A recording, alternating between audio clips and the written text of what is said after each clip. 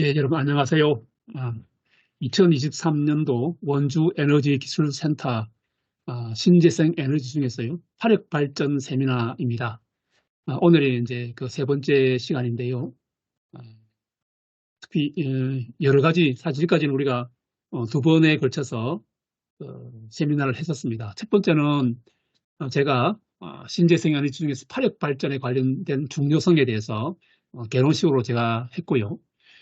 그리고 두 번째는 우리 김신웅 박사께서 음, 바다에 있어서의 에너지 관련된 문제, 해양에서의 에너지가 어떤 에너지가 있는지, 또 바다가 가지고 있는 에너지가 어떤 에너지가 있으며 그 에너지를 우리가 어떻게 이용할 수 있는가에 대해서 간략하게 설명을 해드렸습니다.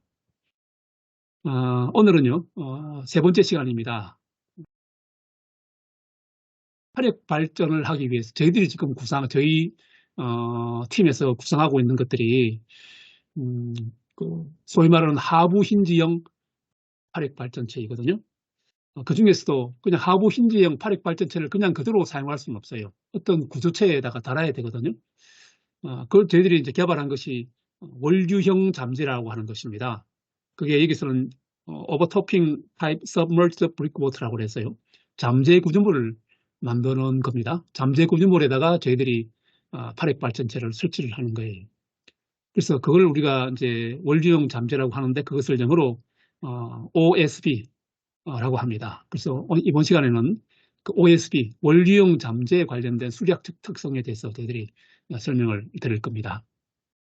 그리고 이거 끝나고 나면요, 네 번째 시간인데요. 네 번째 시간은 저희들이 이제 본격적으로 바다에서 시제품을 만들어서 지금 발전을 통해서 발전도 하고 있거든요. 그래서 그 상황에 대해서 어, 만든 화력 발전체에 대해서 설명할 것입니다. 그 형태가 플랩 타입이라고 하는데요. 플랩 타입이라고 하는 것이 하부 힌지형입니다. 하부 힌지형 웨이브 에너지 컨버터에 대해서 설명을 할 예정으로 했습니다.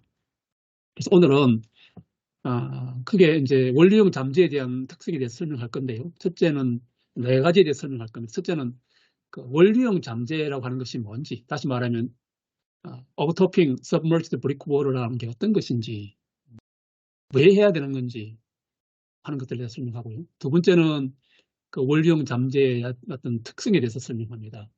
그리고 세 번째는 이것을 이제 실험을 통해서 검토합니다. 수리 모형 실험이라든지 컴퓨터 시뮬레이션을 통해서 두 개가 서로 비교가 되고요. 그것이 어떤 특성을 가지고 있는지, 그것이 어떤 역할을 하는지에 대해서 세 번 설명하고요. 그리고 원리형 잠재에 설치된 플랩 타입 화력 발전체하고의 특성이 관련돼서 저희들이 이번 시간에 설명을 이렇게 하려고 생각하고 있습니다. 첫째요. 그렇다면 도대체 잠재가 뭘까 이 말입니다. 잠재라고 하는 것이 도대체가 어떤 것일까? 라고 하는 겁니다. 잠재라고 하는 것은 말 그대로 영어로 말하면 submerged, 아까도 얘기했죠? submerged brick water라고 했습니다. 그러니까 물 속에 잠기어져 있는 그 잠재를 한자로 쓰면요. 이런 잠자거든요. 이런 미안합니다. 잠재가 되고요. 잠재가 뭐냐면 물 속에 가라앉아 있는 뚝이라는 말이에요. 왜 잠재가 왜 필요하냐면요. 최근에 우리나라가 90년대 이후에 우리나라의 모든 해안에 해수욕장에 모래들이 많이 상실되고 있어요. 모래가 자꾸 빠져나가고 있어요. 모래라고 하는 것이 결국은 해수욕장을 이루고 있는데요. 해수욕장에 모래가 자꾸 사라진다는 겁니다. 왜 사라지는지 크게 나누면 두 가지가 있어요. 하나는 자연적인 현상이 있고요. 또 하나는 인위적인 현상이 있습니다. 자연적인 현상이라는 말은 무슨 말이냐면 파랑이 더 커진 거예요. 지난 시간에 우리가 김신웅 박사께서 파랑이 에너지가 있다고 했지 않습니까? 파도가 에너지를 가지고 있죠. 파도가 왜 바다에 가면 위아래로 상하로 이렇게 이동을 해요. 상하로 이렇게 진동을 한다고 이렇게 상하로 진동한다고. 이 바다에서 파도가 왜 생길까요? 이 말입니다. 생기는 가장 근본적인 원인은 바람 때문이에요. 바람이 부니까요. 이 바람에 의해서 파도가 발생하는 겁니다. 그리고 바람이 불면 계속해서 파도가 올라가야 되는데 떨어지는 이유는 중력 때문에 그래요. 그래서 중력에 의해서 바람에 의해서 에너지가 유입되니까 그것이 파랑이 되고요. 또 이것이 위로 올라가다가 다시 또 아래로 떨어지고 중력 때문에 아래로 떨어지죠. 그래서 일반적으로 파도를 뭐라 하냐면 중력파라고 해요. 중력파. 중력에서 오르락내리락 하는 것이거든요. 그래서 첫 번째, 이와 같은 자연적인 현상에 의해서 에너지를 가지고 있고요. 이 에너지가 육지 가까이로 밀어닥쳐요. 이게 바다입니다. 이게 바다예요. 이게 바다고요. 요게 뭐냐, 육지입니다. 요게 육지예요. 요게 시고 요거 랜드입니다. 바다에서부터 발생한 파랑이 육지로 이렇게 내습을 합니다. 내습을 하는데 뭘 가지고 있냐면 에너지를 가지고 있거든요. 에너지가 육지에 밀어닥치는 거예요. 밀어닥치니까 여기에 있는 모래들, 설마 해수욕장에 있는 모래들이요. 그 파도를, 에너지를 못 이겨내는 거예요. 못 이겨내어서 이게 바다로 빠져나가는 현상을 우리는 자연적으로 그 모래가 유출되는 그런 현상이라고 할 수 있습니다. 두 번째는 인위적인 현상에 의해서 모래가 유출되는 그 이유는요. 여기 해수욕장이 있습니다. 원래 바다에 모래가 많이 있었습니다. 근데 어떤 원인에 의해서 여기에다가 우리가 방파제 같은 거라든지 해안 구조물이나 항만 구조물을 설치를 하는 거예요. 설치를 하면 이 해안 구조물에 의해서 원래 가지고 있던 자연의 평형 상태를 이렇게 상실하는 경우가 있어요. 그럴 경우는 여기 있던 모래가요, 급격히 사라지는 사례가 있을 수 있거든요. 최근에 우리나라에서 주로 동해안이나 서해안 또는 남해안에서 모래가 유출되는 혹은 해수욕장 모래가 자꾸 상실돼가는 그런 여러 가지 원인 중에 하나가 두 가지입니다. 하나는 자연적인 요인에 의해서, 파랑의 발달에 의해서, 혹은 두 번째는 인위적으로 우리가 바닷가에 우리 편리를 위해서 방파제라든지 여러 가지 구조물들을 만듦에 따라서 자연이 가지고 있는 평생 상태를 상실하는 거예요. 그래서 원래 모래라고 하는 것은 이동하기 좋은 거거든요. 모래라고 하는 게 작은 거지 않습니까? 그래서 파도가 이리 치면 이렇게 왔다가 파도가 이리 치면 또 이렇게 가는 거예요. 그래서 왔다 갔다 이렇게 하는 겁니다. 그것을 우리는 가역적이라고 말을 합니다. 가역적이란 말이 가능하단 말입니다. 뭐가 역이 가능하다는 말이죠. 그러니까 왔다 갔다가 가능한 거예요. 근데 이렇게 구조물을 만듦으로써 가역적인 상태가 비가역적 상태, 가버렸더니 안 돌아오는 거예요. 이런 상태가 변하는 겁니다. 그래서 이걸 막기 위해서 이거 어떻게 하면 모래가 자꾸 사라지는 것을 막을 수 있을까의 대책으로 나오는 것이 잠재라는 것이에요. 그래서 일반적으로는 그 대책이 뭐냐면 여기 자꾸 모래가 없어지니까요. 모래가 없어지는 걸 막기 위해서 이렇게 돌재, 톡 튀어나오도록 막는 게 있어요. 주문진에 가면 그런 돌재가 있죠. 도깨비라는 영화에서 그 도깨비에게 뭘 주는 게 있죠. 그죠? 그 장면이 그 주문진에다가 찍었거든요. 그런 형태로 육지에서 톡 튀어나오도록 만든 형태를 우리가 돌재라고 하는 구조물을 통해서 모래가 유출되는 것을 방지하는 그런 사례가 있고요.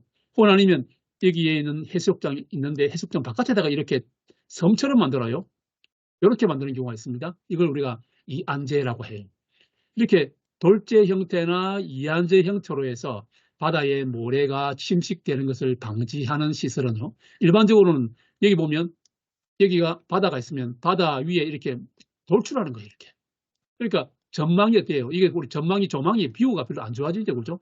바다에 물체가 올라와 있으니까, 구조물이 올라와 있으니까 썩 그렇게 뷰가 좋지 않은 거예요. 그래서 이걸 바다 속에다가 감추는 게 없을까 이 말입니다. 예를 들어서 여기에 이렇게 바다가 있으면 여기 모래자가 없어진다 여기에. 여기다가 이런 식으로 물 속에 가라앉아 있는 형태를 어떻게 뚝을 만들면 어떨까라고 하는 겁니다. 이런 형태를 잠재라고 해요. 잠재는 우리나라 동해안에 최근에 많이 건설되고 있고요. 왜냐하면 우리나라 동해안이나 혹은 있는 그 남해안 쪽에요. 모래가 자꾸 유실되기 때문에 그 유실을 막기 위해서 바다 속에다가 이렇게 큰 뚝을 만드는 거예요. 그런 형태로 만드는 것을 잠재라고 합니다. 그러면 잠재는 바다의 해수욕장 모래 혹은 아니면 해빈, 그걸 해빈이라고 그러는데 해빈 침식을 막는 데 사용한다면 파력 발전하는데 왜 잠재가 필요할까 이 말입니다. 왜 잠재가 필요할까요? 잠재의 목적이 뭐냐면 모래의 침식을 막는 것이지만요. 근본적으로는 어떤 그 이유가 뭐냐면 이런 겁니다. 그 특성은요. 이렇게 잠재를 이렇게 설치해 놓으면요. 파도가 오다가 여기에 수심이 얕아지니까, 그렇죠? 얕아지니까 파도가 깨어져요. 깨어지는 것을 우리가 뭐냐면 브리크라고 하고 쉐파된다라고 해요. 파가 깨어지니까 쉐파라고 합니다. 쉐파가 되면서 파도가 깨어지니까 파가 깨어진다는 말은 무슨 말이냐면 에너지를 상실한다는 말이거든요. 에너지를 상실하니까 이제부터는 이 에너지를 감시하기 때문에 이 배후에 있는 모래들을 우리는 보호할 수 있다라는 관점이 바로 잠재가 가진 가장 큰 특징이에요. 그런데 저희들이 만든 잠재는요, 이제 OSB라는 겁니다. Overtopping Submerged Breakwater라고 했어요. 이 원리형 잠재인데요. 이것은 기존에 있는 이 잠재랑 조금 성격이 다르고요. 새로운 형태로 만들어둔 겁니다. 이 만들어두면서요, 쇠파를 통해서 나오는 에너지를 바깥으로 뽑는 겁니다. 그런 아이디어거든요. 그걸 우리가 원리형 잠재라고 해요. 이 원리형 잠재에다가 화력 발전체를 설치하면 우리는 좋은 형태로서의 발전을 우리가 얻을 수 있지 않겠느냐 하는 그런 생각이거든요. 그래서 저희들이 화력 발전에다가 잠재를 설치하면 좋겠다라고 우리는 아이디어를 구성하게 된 것입니다. 그래서 우리는 그렇다면 OSB, 원리형 잠재의 특징이 무엇인지를 우리가 알면 참 좋지 않겠나 생각이 듭니다. 조금 전에 제가 말씀드린 것처럼요, 우리나라의 연안재해 중에서 바다에서 여러 가지 재해가 많이 발생하는데 그 중에서 연안 침식이 굉장히 심각해요. 최근에 우리나라 전국을 모니터링을 해요. 도대체가 모래가 어떻게 사라지고 있는지, 혹은 아니면 모래가 모이고 있는지, 라고 해서요, 연안이 전국적으로 172개소의 연안 침식을 우리가 모니터링을 하고 있어요. 감시를 하고 있다는 말입니다. 모래에 대해 모래 이동을. 그래서 매년 조사를 해서요, 야, 이 모래가 침식이 심각하네 하는 곳을 찾고요, 괜찮네라는 것을 우리가 발견합니다. 그랬더니요, 전국에 172개소가 있는데 그 중에서 126개소, 다시 말하면 73%가요, 지금 이제 연안 침식이 굉장히 우려가 되고 있고 심각해지고 있다라고 지금 우리가 확인되고 있다는 겁니다. 또 왜 그러냐? 조금 전에 얘기했죠. 자연적인 요인. 두 번째는 뭐냐면 무분별한 개발. 해안 구조물이나 혹은 항만 구조물을 계속 뭔가를 만들므로써 가역적인 해변이 비가역적 해변으로 바뀌어지면서 발생할 수 있는 침식 피해가 지속적으로 증가되고 있습니다. 이 보시면요, 지금 여기 보면 이렇게 모래가 이렇게 파도에 의해서 침식되었죠. 그래서 원래 여기가 도로가 있었는데요, 도로가 이렇게 유실된 이런 사례가 우리가 발견할 수가 있습니다. 그럼 여기는 이렇게 덩그러니 그냥 침식이 되어서요, 이렇게 빠져나가는 사례가 있고요. 오늘 여기도 마찬가지. 이건 저기 그 동해안에 있는 경상북도에 있는 지역인데요. 여기 지금 모래가 다 빠져나가가지고요, 지금 현재 여기에 뒤에 송림이 있습니다. 송림을 위협할 정도로 이렇게 심각한 곳. 이건 남해안인데요. 남해안에 이렇게 해수욕장이 사라져가지고요, 지금 이 진처적으로 섬 자체가 안정에 영향을 줄 수 있는 이런 사례들이 지속적으로 나타나고 있어요. 이걸 어떻게 우리가 예방할 수 있을까라고 합니다.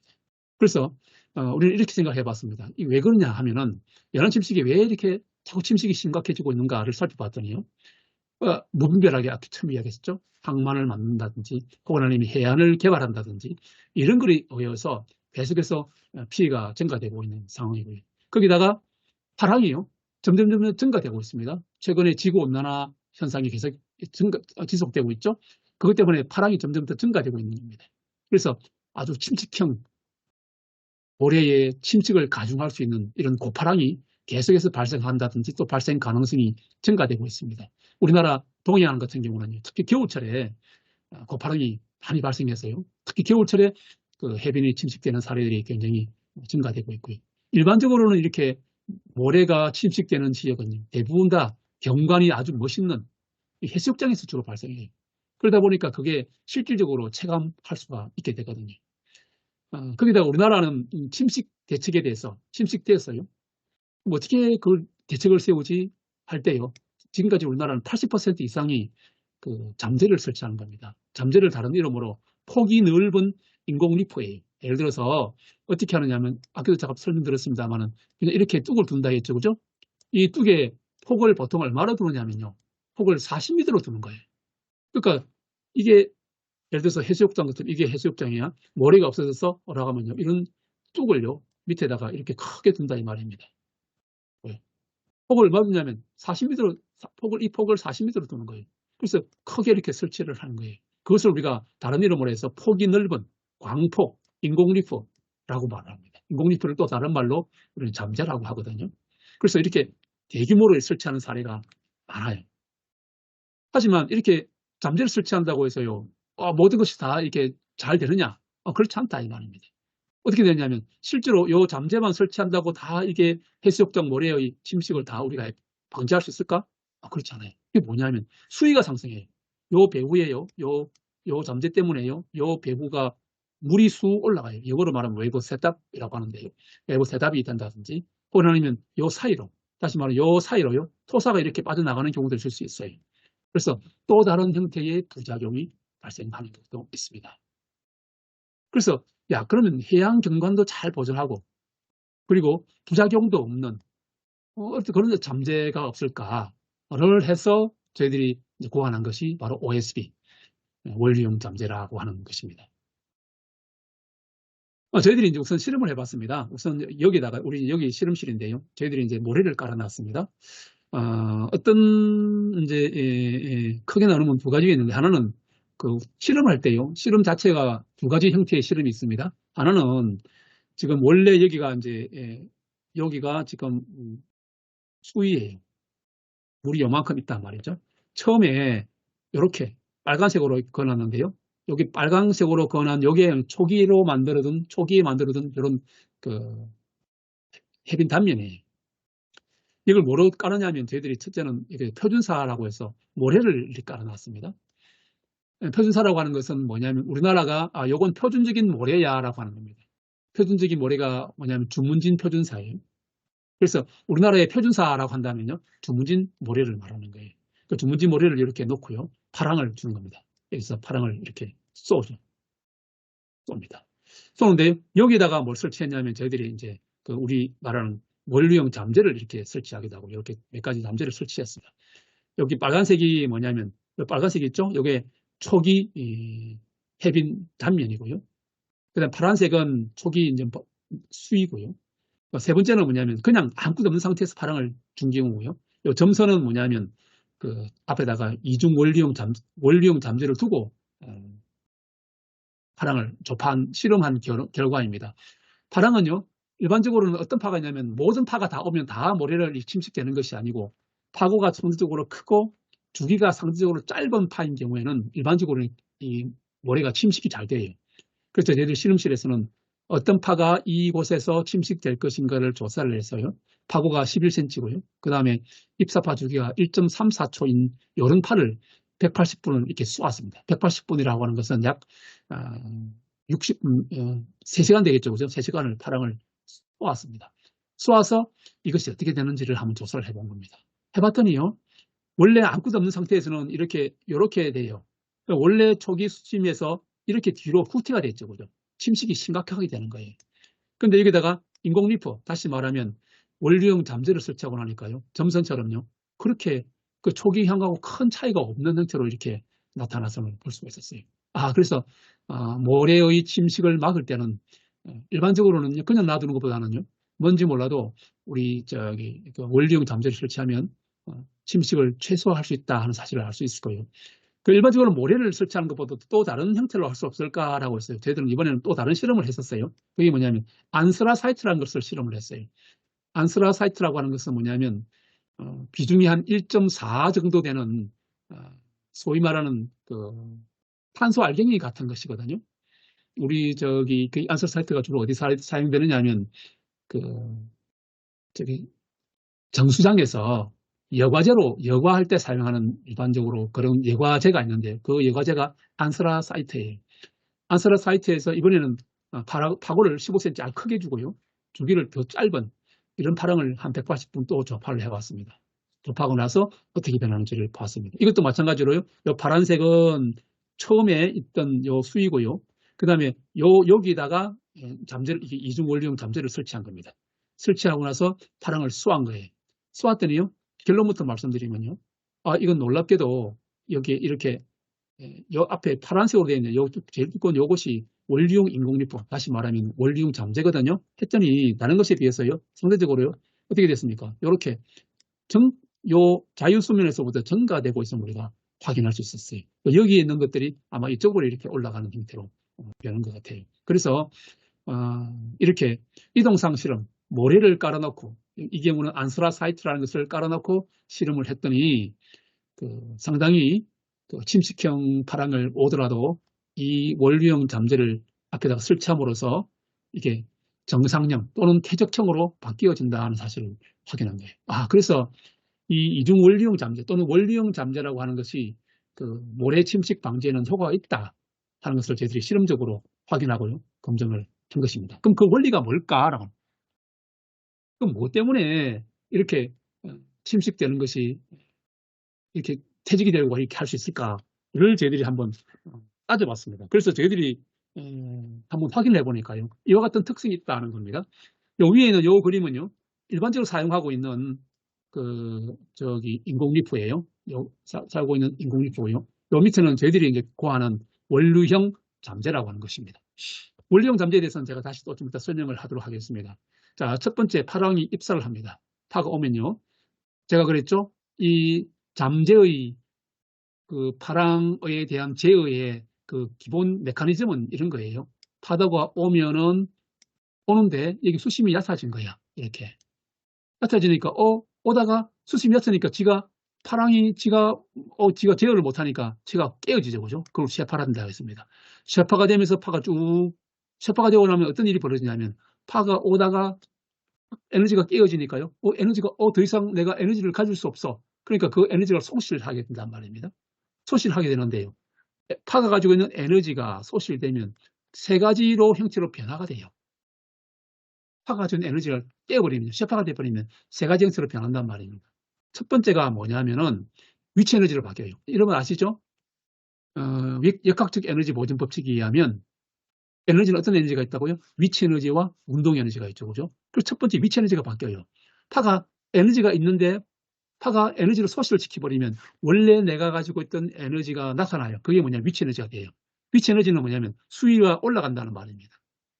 파가 더 깨지잖아요? 파가 넘실대다가 파가 더 깨져 버렸어. 그러면요, 그냥 싹 소멸되는 것이 아니라 첫 번째 위치 에너지, 바닷물이 쑥 올라와요. 물론 올라오는 원인이 여러 가지가 있는데요. 그 중에서 위치 에너지로 설명한다면 수위 상승이라고 하는 것이 발생합니다. 그 물이 올라와요. 두 번째는 파 에너지가 깨어지면서 두 번째는 어떻게 바뀌느냐면 운동 에너지로 바뀌는 거예요. 운동 에너지라고 하는 것은 그것이 파고는 사라졌지만 수위가 상승, 위치 에너지로 바뀌고요. 또한 운동 에너지, 유속이 빨라지는 거예요. 이렇게 속도가 이렇게 쑥 빨라지는 이런 형태의 바람이 발생해요. 이 흐름을 우리가 뭐라 하면 향한유라고 해요. 향한유. 위치 에너지, 운동 에너지 바뀌죠. 근데 우리가 유체역학에서는요, 이런 말을 하죠. 베르니 방정식이라고 하는 게 있습니다. 베르니 방정식이 뭐죠? 그게 뭐죠? 위치 에너지 보존 법칙이죠. 베르니 방정식이라고 하는 것은. 그래서 다른 말로 베르니 방정식을 에너지 방정식이라고도 해요. 그게 뭐냐면 세 가지 에너지가 있다는 거죠. 뭔데요? 위치 에너지와 운동 에너지가 역학적 에너지 보존 법칙인데요. 유체학에서 하나 더 있습니다. 그게 뭐죠? 압력 에너지. 압력 에너지가 있어요. 세 가지 에너지가 있다 이 말입니다. 그래서 위치 에너지와 운동 에너지와 또 뭐예요? 압력 에너지의 합은 항상 일정하다라고 하는 거예요. 그럼 압력 에너지는 어디 갔어? 여기 보면 위치 에너지는 있어. 오케이. 그게 수위 상승하네. 두 번째, 운동 에너지가 있네. 거기 흐름이 됐어. 세 번째, 압력 에너지는 어디 갔지? 압력 에너지는요. 바로 여기에 작용하는 겁니다. 이 구조체에 작용하는 것이죠. 그래서 파도가 깨어지면서요. 어떤 일이 벌어지냐면 이게 만약 구조체라면 이 구조체에다가 힘을 딱 작용하죠. 그죠? 힘을 작용을 얘가 이 구조체가 무너지기도 하겠죠. 그죠? 이와 같은 형태의 압력 에너지가 곧 힘으로 작용하기도 해요. 그죠? 그래서 방금 이야기한 것처럼 파가 가지고 있는 에너지를 잠재를 통하면 파고를 저감시키는 역할을 해요. 하지만 파고가 저감될 뿐만 아니라 그건 좋은데 그것이 다른 형태로 표현된다는 거. 첫째, 위치 에너지로. 둘째는 운동 에너지로. 세 번째는 뭐라고요? 압력 에너지로 나타난다는 거죠. 위치 에너지는요, 뭐 한다고요? 수위를 상승시키기도 하고요. 또 운동 에너지는 흐름을 가속화시켜요. 그래서 이 수위가 상승되고 흐름이 가속되는 반드시 그런 것은 아닌데 필요에 따라서는 이렇게 되기도 한다 이 말입니다. 그것이 새로운 피해가 나타나기도 해요. 국부적으로 세군을 일으킨다든지 국부적으로 침식을 발생시키기도 해요. 이런 형태의 장점도 많지만요. 파고를 저감시키는 장점은 있지만 또 다른 이와 같은 형태를 발생시킬 수 있다는 겁니다. 하지만 저희들이 좀 앞으로 계속해서 이걸 설명할 것인데요. 저희들이 했던 것의 근본적인 것은 요 두 가지 또는 세 가지 형태를 저감시킬 수 있다는 겁니다. 첫째는요. 파가 깨어집니다. 파가 깨어지면 위치 에너지가 발생해서 수위가 상승하지 않습니까? 수위가 상승하는데요. 저희들은 요 위치, 기본적으로 형태가 좀 있으면 나오겠습니다만은 형태가 어떻게 생겼냐면 요 앞에 구멍을 좀 뚫어놨어요. 뚫어놨는데 요 앞에 구멍 소개로 파가 깨어지면서 나오는 흐름을 앞쪽으로 유도를 해요.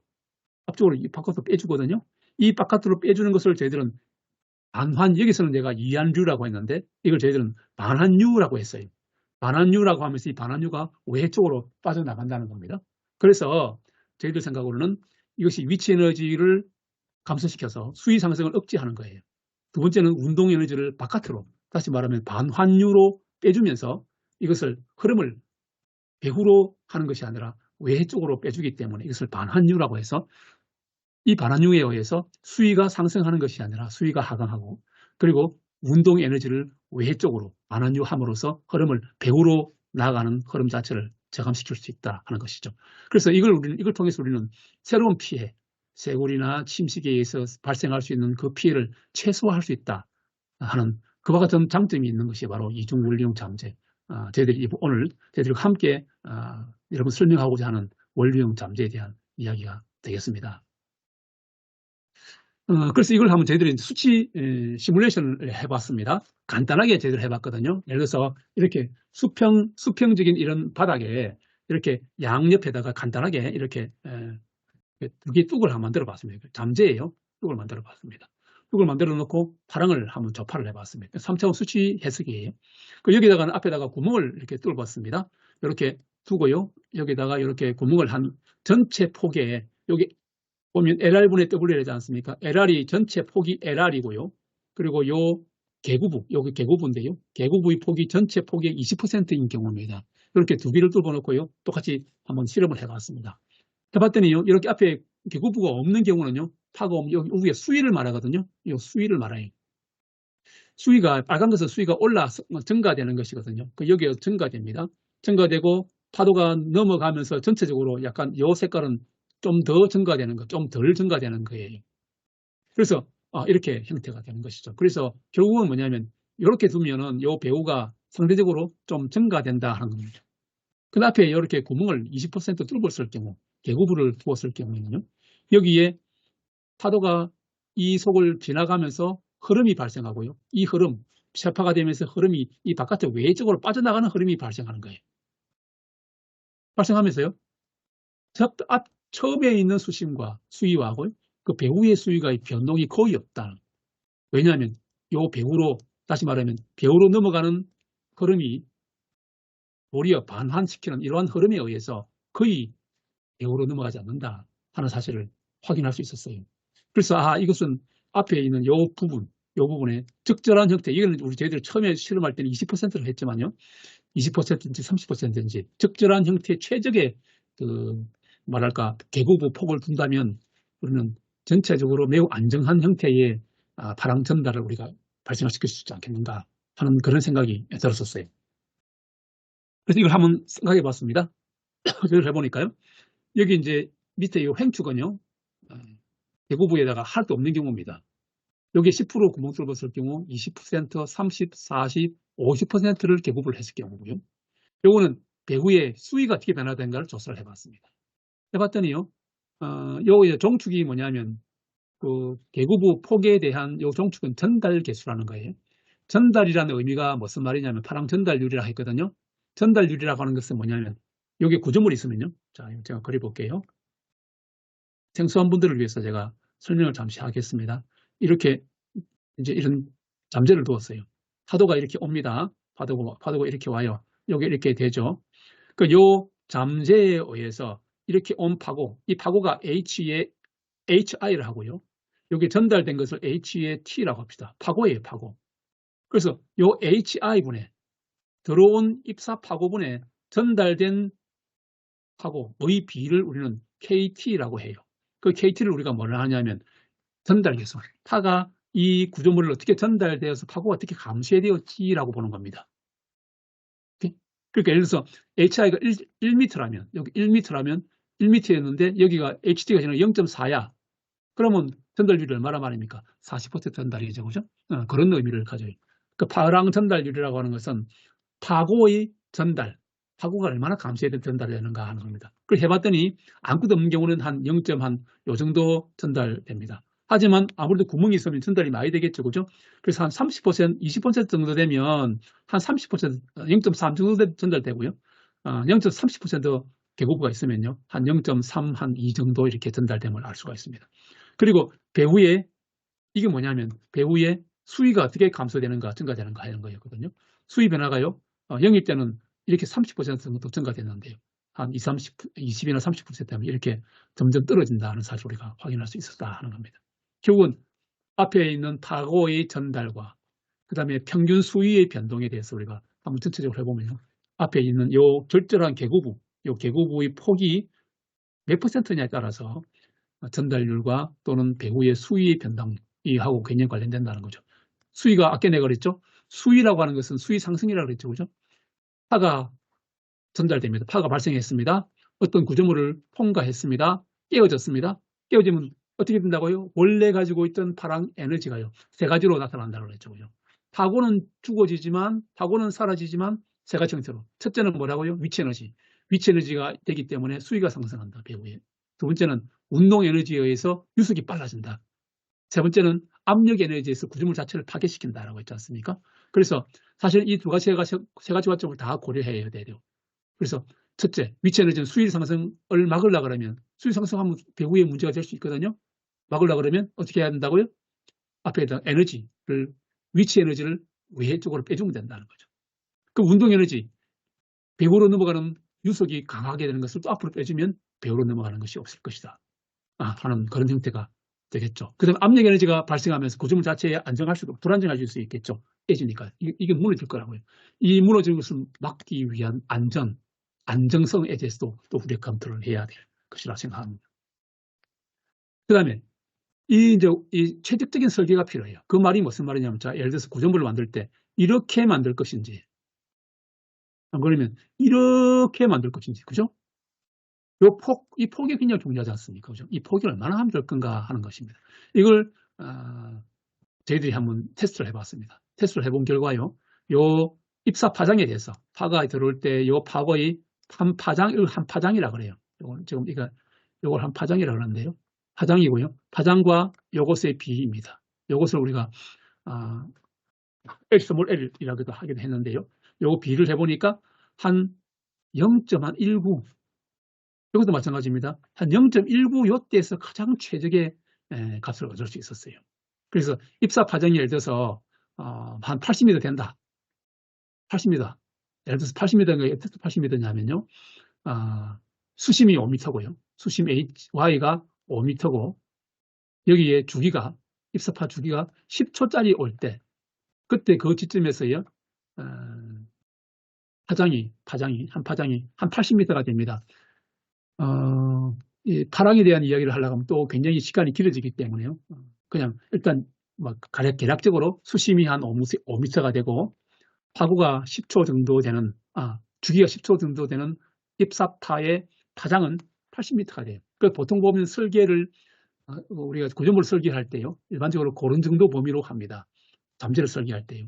그래서 그런 경우에는 일반적으로는요, 입사 파장이 한 0.19, 그러니까 80m에 약 0.2를 해주면 16m 되겠죠, 그죠? 그러니까 이 구조물 폭을 한 15m 정도만 하면 된다는 겁니다. 요 폭을 15m 정도만 하면 된다는 거예요. 현재 아까 내가 뭐라고 했냐면 광폭 잠재는 몇 미터라고요? 40m죠. 이 40m인데 어떻게 할 수 있다고요? 이 폭을 한 15m로 거의 반 이상 확 줄일 수 있는 것이죠, 그죠? 한 40% 이상 줄일 수 있는 거예요. 그러니까 그런 점에서 잠재의 크기를 최소화할 수 있다. 그러니까 그런 면에서는 또 경제적일 수도 있다 하는 그런 말씀이 되겠습니다. 저희들이 이제 그 전달 계수, 아까 내가 이야기했죠, 그죠? 횡축이 KH라고 했어요. KH가 뭐냐면 무차원 파수입니다. 무차원 파수, 이게 천수냐 심해냐를 표시할 수 있는 어떤 무차원 수고요. 종축은 KT라고 해서 전달 계수예요. 전달 계수 이야기했죠, 그죠? 다시 말하면 입사하는 파고분에 요 구조물을 통과했던 그 파고의 비를 우리는 KT라고 한다 했습니다. 어떤 사람들은 요거 H 대신 파고 대신에요. 파고 대신에 에너지를 이야기하기도 해요. 하기도 하는데요. 일반적으로 전달 계수로 하면 일반적으로 파고의 감소 비를 말합니다. 요게 TTP는 일반적으로서는 일반적인 잠재예요. 광폭 잠재예요. 광폭 잠재가 얼마라고 했습니까? 보통 한 40m 정도 된다 이 말이에요. 실질적으로는 여기에다가 놓고 나서 파랑을 때려가지고요. 파고가 여러 가지 파랑을 다양하게 준 겁니다. 했을 때 요 배후에 어떻게 되는지. 요 놈은 뭐냐면 그 대신에 15m입니다. 작죠? 요렇게 작은 애를 파랑을 쏘았을 때 어떻게 전달되는가 봤더니요. 일반적으로는 이렇게 TTP 난적인 경우는 40m 광폭인 경우는 최대 한 0.7 정도 나오죠. 최소가 한 0.2 정도 돼요. 근데 원료용 잠재를 썼더니 개구비율 30%입니다. 30% 개구율을 가지고 있는 이 잠재에 대해서 해봤더니요. 최대가 한 0.4 정도 되고요. 최소가 한 0.0, 뭐 0.1 이하가 잘 안 돼요. 또 굉장히 전달의 관점에서는 굉장히 유리하다는 걸 알 수가 있습니다. 그러니까 파거가 큰 놈이 이렇게 이런 구조를 했더니 아주 파의 전달률이, 파의 감쇄율이 굉장히 커진다 하는 사실을 우리가 수실험을 통해서 우리가 확인할 수 있었습니다. 여기 실험실 결과예요. 이건 저희들이 이제 실험한 그 내용인데 한번 잠시 보겠습니다. 보시면 앞에 있는 요게 이제 저희들이 지금 설명하고 있는 요게 지금 그거예요. 원리형 잠재고요. 요 뒤가 일반적으로 사용하고 있는 그 양폭 잠재예요. 보시면 폭이 확실히 저 뒤는 넓고 앞은 좁죠, 그죠? 그리고 요건 모형 축측은요,